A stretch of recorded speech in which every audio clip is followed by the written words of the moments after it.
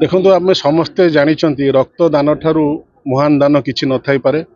ପୁଣି ଆଜି ଆମର ସମସ୍ତଙ୍କର ସୌଭାଗ୍ୟ ଏକ ମାଇକ୍ରୋୱେଭ୍ ଏକ ଇନଷ୍ଟିଚ୍ୟୁଟ୍ ଯେ ଶିକ୍ଷା ଅନୁଷ୍ଠାନ ଏବଂ ତାର ଯେ ଉଦ୍ୟୋକ୍ତା ମନୋଜ ରାୟଙ୍କର ମଧ୍ୟ ଆଜି ଜନ୍ମଦିନ।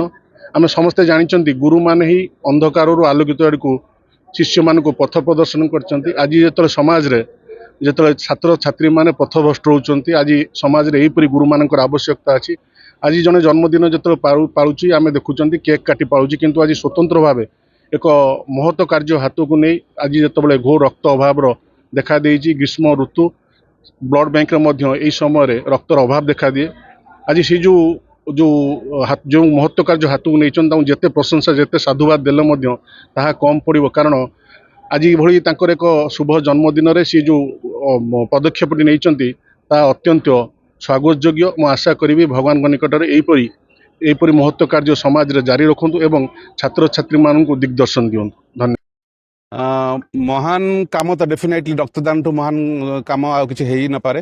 ଏଇଟା ଆମେ ପ୍ରତ୍ୟେକ ବର୍ଷ କରୁ। ବାହାନଗା ଯେଉଁ ଟ୍ରେନ୍ ଆକ୍ସିଡେଣ୍ଟ ପରେ ସେବେଠୁ ଆମେ କରି ଆସୁଛୁ ଏବଂ ଏଥର ଟିକେ ଶୀଘ୍ର କଲୁ କାହିଁକିନା ଖରାଦିନେ ବହୁତ ସର୍ଟେଜ୍ ଅଛି। ରେଡ୍ କ୍ରସ୍ରେ ରକ୍ତର ଅଭାବ ଅଛି, କମ୍ ୟୁନିଟ୍ କଲେକ୍ସନ୍ ହୁଏ। ତେଣୁ ଏଥର ଆମେ କରିଛୁ ଏବଂ 100+ ୟୁନିଟ୍ କଲେକ୍ଟ କରିବାରେ ଆଜିକାର କ୍ୟାମ୍ପରୁ ରଖିଛୁ ଟାର୍ଗେଟ୍।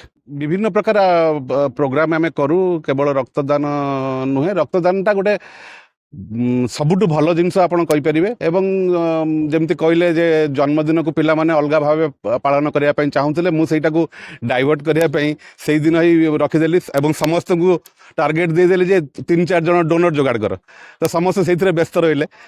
ରେଦର ଦେନ୍ କେକ୍ କାଟିବା ଆଣ୍ଡ ଅନ୍ନେସେସରି ଜିନିଷରେ ଟାଇମ୍ ଦେବାଠୁ ବେଟର ରକ୍ତଦାନ ଭଳି ଗୋଟେ କାର୍ଯ୍ୟକ୍ରମରେ ନିଜକୁ ନିୟୋଜିତ ରଖିବା। ଏବଂ ଏଇଟା କେବଳ ମୋର ନୁହେଁ ଏବଂ ଏଥିରେ ଓସ୍ମେ BBM ଏମିତି ବହୁତ ଗୁଡ଼ା ଅନୁଷ୍ଠାନ ଯେଉଁମାନେ ଆମ ସହିତ ଜଡ଼ିତ ସେମାନେ ବି ଏଥିରେ ଇନଭଲ୍ଭ ଅଛନ୍ତି, ସେମାନେ ବି ବ୍ଲଡ୍ ଡୋନେଟ୍ କରୁଛନ୍ତି।